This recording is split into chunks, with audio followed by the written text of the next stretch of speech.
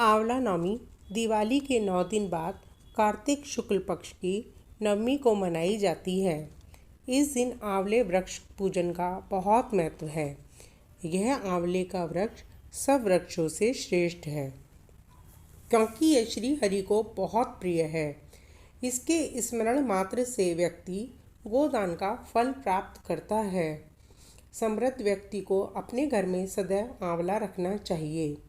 आंवला नवमी के दिन प्रातःकाल नहा धोकर आंवले के वृक्ष के नीचे बैठकर पूजा करनी चाहिए, कथा सुननी चाहिए।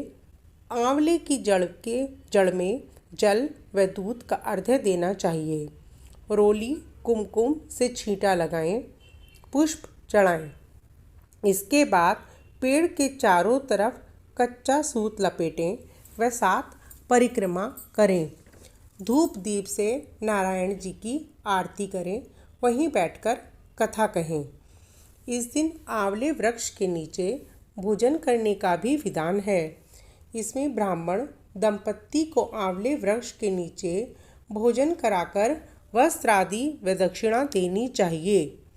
अगर कोई भी व्यक्ति एक बार भी ऐसा कर्म करता है तो वह अन्न दोष से मुक्त हो जाता है। जिस घर में आंवला रखा जाता है वहाँ भूत प्रेत राक्षस नहीं आते हैं। जो मनुष्य आंवले की छाया में बैठकर पिंड दान करता है उसके पितर भगवान विष्णु जी की कृपा से मोक्ष को प्राप्त होते हैं। जो मनुष्य आंवले की छाया में बैठकर दीप दान करता है उसको अनंत पुण्य फल प्राप्त होता है। आंवले का सेवन मनुष्य को विभिन्न रोगों से मुक्त करता है। आंवले का पूजन मनुष्य के जीवन में सुख समृद्धि लाता है। अब हम आंवले नवमी की कथा कहते हैं जो कि बहुत ही प्रचलित है। एक बार एक राजा था। उस राजा ने यह प्रण लिया था कि वह प्रतिदिन 1.25 मन आंवले दान करके ही भोजन करेगा, तो उसका नाम ही आंवलिया पड़ गया। किंतु यह बात उसके पुत्र और पुत्रवधू को अच्छी नहीं लगती थी। एक बार राजा के पुत्र ने कहा कि पिताजी, अगर हम इस तरीके से दान करते रहे तो एक दिन राजकोष खाली हो जाएगा। पुत्र के विचार जानकर राजा को बहुत दुख हुआ और राजा रानी राजपाट छोड़कर जंगल में चले गए।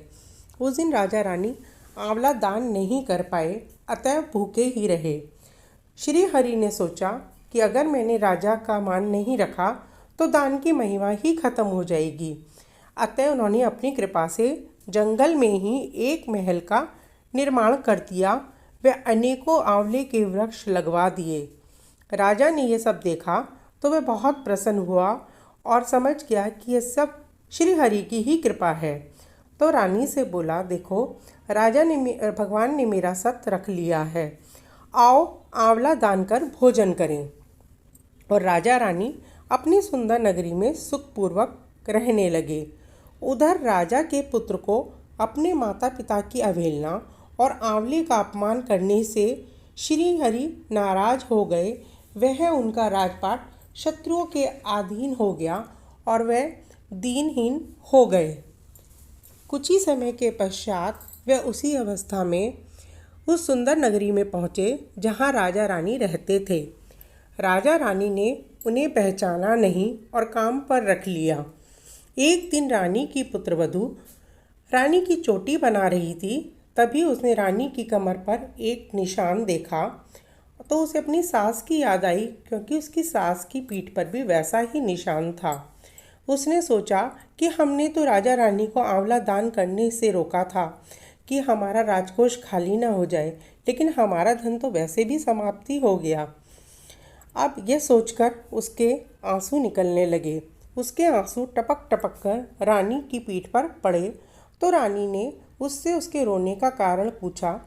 तब उसने बताया कि उसके सास ससुर आंवलों का दान किया करते थे, किंतु हमने लालचवश उन्हें दान करने से रोका तो वे घर छोड़कर चले गए और उनके जाने के बाद हम भी धनहीन हो गए।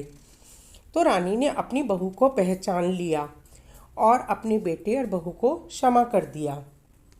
अब राजा रानी अपने पुत्र और पुत्रवधू के साथ सुंदर नगरी में सुखपूर्वक रहने लगे और वह पहले की ही तरह हमेशा 1.25 मन आंवला दान करने लगे।